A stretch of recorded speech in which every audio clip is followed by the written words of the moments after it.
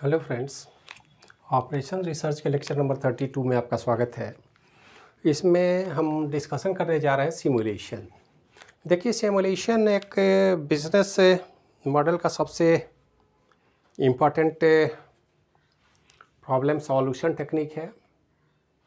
Real world में जो problem होते हैं, कई बार हम उनको रियल कॉन्सेप्ट में सोल्व नहीं कर पाते हैं। बहुत सारे ऐसे प्रॉब्लम हैं जिनको हम एक तरह से कह सकते हैं कि लेबोरेटरी में पहले सॉल्यूशन ढूंढा जाता है। लेबोरेटरी में प्रॉब्लम तरह तरह अलग अलग कॉन्सेप्ट पर हम डिसीजन लेते हैं, ताकि जब फाइनल हम इम्प्लीमेंट करें किसी भी प्रोडक्ट को, तो उसमें हमको फाइनेंशियली लॉस नहीं हो, टेक्निकली कोई प्रॉब्लम ना हो और किसी तरह का कोई समस्या ना आए। इसके लिए सबसे पहले हमको एक मॉडल बनाना होता है और इसी वर्चुअल मॉडल को ही हम बोलते हैं सिमुलेशन। सिमुलेशन एक टेक्निक है। इसको जरा सा देखिए क्या कहता है कि simulation is a purpose of designing A model of a real system. Real system जो है उसका एक ऑन पेपर कह ले, आप लेबोरेटरी में एक छोटा सा मॉडल बना लें, तो उस रियल सिस्टम का एक मॉडल है। And conducting experiments with the model. अब उसमें जो भी एक्सपेरिमेंट करने हम उस मॉडल पर कर, रियल सिचुएशन में नहीं कर रहे हैं। मतलब एक फैक्ट्री एस्टैब्लिश करके उस पर हम प्रैक्टिस करने की कोशिश नहीं करेंगे कि इसको कैसे किया जाए, या कोई गड़बड़ी हो जाए इम्प्लीमेंटेशन में तो क्या करेंगे, तब तो वहाँ लॉस हो जाएगा। हम मॉडल बनाएंगे, मॉडल के आधार पर तरह तरह अलग अलग कंडीशन में उसको टेस्ट करने की कोशिश करेंगे for the purpose of understanding the behaviour of the operation of the system. किसी भी सिस्टम के ऑपरेशन या उसके बिहेवियर को अगर हम लेबोरेटरी में एक मॉडल बना के कर लें, तो स्वाभाविक है कि R&D कॉस्ट हमारा कम हो जाएगा। R&D कॉस्ट घटाना भी तो बहुत महत्वपूर्ण है। यह रियल वर्ल्ड का जो सिचुएशन है, वो सिचुएशन हम अपने लेबोरेटरी में डेवलप करने की कोशिश करेंगे और उस पर जो भी एक्सपेरिमेंट संभव है वो एक्सपेरिमेंट हम करेंगे, अपने आउटकम को ऑब्जर्व करेंगे, हम स्टडी करेंगे, ताकि जब भी हम रियल सिस्टम को इम्प्लीमेंट करें तो हमें उन जो छोटे छोटे प्रश्नों के आंसर पहले चाहिए, उसको हम यहाँ फाइंड कर सकें। सीधी सी बात है कि हर बिजनेस मॉडल में हम सिमुलेशन का काम करते हैं। सिमुलेशन के थ्रू ही उसको पहले रिसर्च एंड डेवलपमेंट विंग को देते हैं और उनका जब क्लियरेंस मिलता है तभी हम रियल वर्ल्ड में या रियल सिस्टम के डेवलपमेंट की ओर बढ़ते हैं। जैसे ये एक्चुअल में सिमुलेशन क्या है, तो model of the original system. Original system का एक डुप्लीकेट कॉपी आप कह सकते हैं कि एक ऐसी डुप्लीकेट कॉपी है जिसमें हमारा कॉस्ट मिनिमम है, हमको बहुत ज़्यादा कॉस्ट खर्च करने की ज़रूरत नहीं है। मतलब जैसे आप एक हॉस्पिटल बना, हॉस्पिटल को कैसे मैनेज करेंगे, कितने लोगों की ज़रूरत पड़ेगी, कितना कॉस्ट होगा, कितने पेशेंट आएंगे, ये हम हॉस्पिटल बना के वेट करने की बात नहीं है, पहले से हम देख लेंगे। या कोई पार्टिकुलर तरह के प्रॉब्लम का सॉल्यूशन, पेशेंट आएंगे, कितने देर में आएंगे, कैसे उनको एडजस्ट करेंगे, कैसे उनका ट्रीटमेंट होगा, कितने हमारे पास लेबोरेटरी होने चाहिए, ऑपरेशन थिएटर कितने होने चाहिए, वार्ड कितने होने चाहिए, ये सारे प्रॉब्लम का सॉल्यूशन सिमुलेशन के द्वारा प्राप्त किया जा सकता है। तो इसमें model of the original system का ही मॉडल होता है।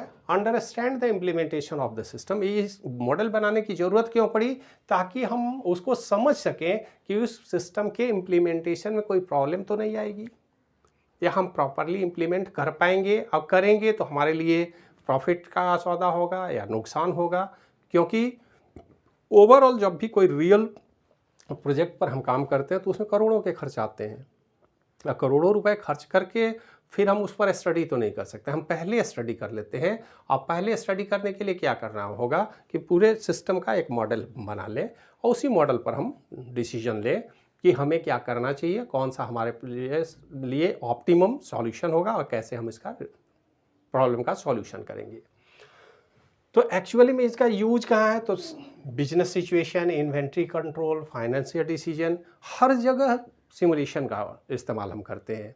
बिजनेस सिचुएशन में अगर कोई मान लेते हैं शॉपकीपर है, उसके पास अलग अलग प्रोडक्ट हैं और प्रोडक्ट का डिमांड है, और डिमांड सप्लाई को कैसे मैनेज करेंगे, वो किस तरह से, किसी आइटम का क्या डिमांड है, किस वीक में कितना है, किस टाइम में कितना है, उसके आधार पर अगर डिसीजन नहीं ले तो बिजनेस में लॉस हो जाएगा। तो लॉस से बचने के लिए सबसे बढ़िया है कि उसका सिमुलेशन मॉडल तैयार करके हम उस पर डिसीजन लें तो ज़्यादा बेटर होगा। इन्वेंट्री कंट्रोल, हर ऑर्गेनाइजेशन में इन्वेंट्री की बात होती है। अगर हर बिजनेस सिस्टम में इन्वेंट्री की बात है तो इन्वेंट्री का व्यवस्था मैनेजमेंट बहुत अच्छा होना चाहिए। तो मैनेजमेंट के लिए हम सबसे बेहतर तरीका है कि सिमुलेशन का इस्तेमाल कर लें। फाइनेंशियल डिसीजन अगर लेना हो तब भी सिमुलेशन बड़ा इफ़ेक्टिव है। इसमें सबसे पॉपुलर मॉडल जो है वो उसको हम लोग बोलते हैं मोंटे कार्लो सिमुलेशन टेक्निक। तो मोंटे कार्लो सिमुलेशन टेक्निक क्या है, अगर इसको हम देखें तो ये जो एक सिमुलेशन सबसे पॉपुलर सिमुलेशन टेक्निक है, इस टेक्निक के विषय में कहा जाता है कि it is experiment on chance. अब ये एग्जैक्ट तो नहीं देता, लेकिन ये एक्सपेरिमेंट है चांस का। जिस तरह का डेटा आएगा उसके आधार पर, जिस तरह का डेटा हम फीड करेंगे रैंडम, उसके आधार पर वो रिजल्ट देता है। तो कंप्यूटर बेस्ड अगर ऑप्टिमाइजेशन टेक्निक की बात हो, सिमुलेशन की बात हो, तो ये सबसे पॉपुलर है Monte Carlo simulation technique. Uses random number and series for decision making. ये रैंडम कुछ वैल्यू लेते हैं, उसके आधार पर ये डिसीजन लेते हैं। हो सकता है रियल वैल्यू में थोड़ा सा बदलाव आए, मतलब एग्जैक्ट रिप्लिका नहीं हो सकता है। फिजिकल वर्ल्ड तो बड़ा वाइब्रेंट है, उसमें तो कुछ कह नहीं सकते किस तरह का सिचुएशन आएगा, लेकिन हम कुछ रैंडम नंबर के आधार पर अपने डिसीजन पर पहुंच सकते हैं कि इसका ऑब्जर्वेशन हम कर सकते हैं अपने मॉडल का। अब इस सिमुलेशन टेक्निक में हमारे पास 4 अलग अलग स्टेप हैं जिनको फॉलो करना होता है। सबसे पहले देखिए स्टेबलाइजिंग प्रोबेबिलिटी डिस्ट्रीब्यूशन। जो भी हमारे पास आउटकम है, जो भी प्रोबेबिलिटी कंडीशन है हमारे पास एक्सपेरिमेंट के बेसिस पर जो प्रॉब्लम है, उसका सबसे पहले हम प्रोबेबिलिटी डिस्ट्रीब्यूशन निकालेंगे।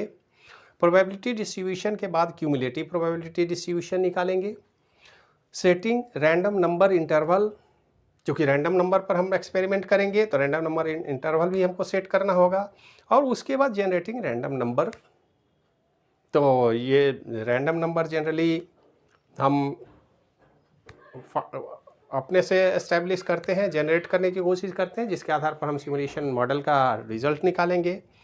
और ये अगर चारों काम हम कर लेते हैं तब हमारे पास जो भी आंसर होगा रियल वर्ल्ड का, रियल सिस्टम का, उसका जवाब हम दे पाएंगे। ये ऐसा नहीं है कि इसी से सॉल्यूशन मिल गया, इसके आधार पर हम अपने क्वेश्चन का जवाब बनाएंगे। To find the answer of the given question using the above 4 steps. इसी 4 स्टेप के बेस पर हम जो भी क्वेरी होता है उसका जवाब तैयार करते हैं, उसको फाइंड करने की कोशिश करते हैं। और इस मॉडल को हम लोग बोलते हैं मोंटे कार्लो सिमुलेशन टेक्निक। तो मोंटे कार्लो सिमुलेशन टेक्निक बड़ा पॉपुलर टेक्निक है सिमुलेशन के केस में, और जो सबसे ज़्यादा एग्जाम वगैरह में भी पूछे जाते हैं। तो इस पर बेस्ड एक प्रॉब्लम नेक्स्ट वीडियो लेक्चर में हम लेके आते हैं, और उस प्रॉब्लम को मोंटे कार्लो सिमुलेशन टेक्निक के आधार पर सोल्व करने की कोशिश करेंगे।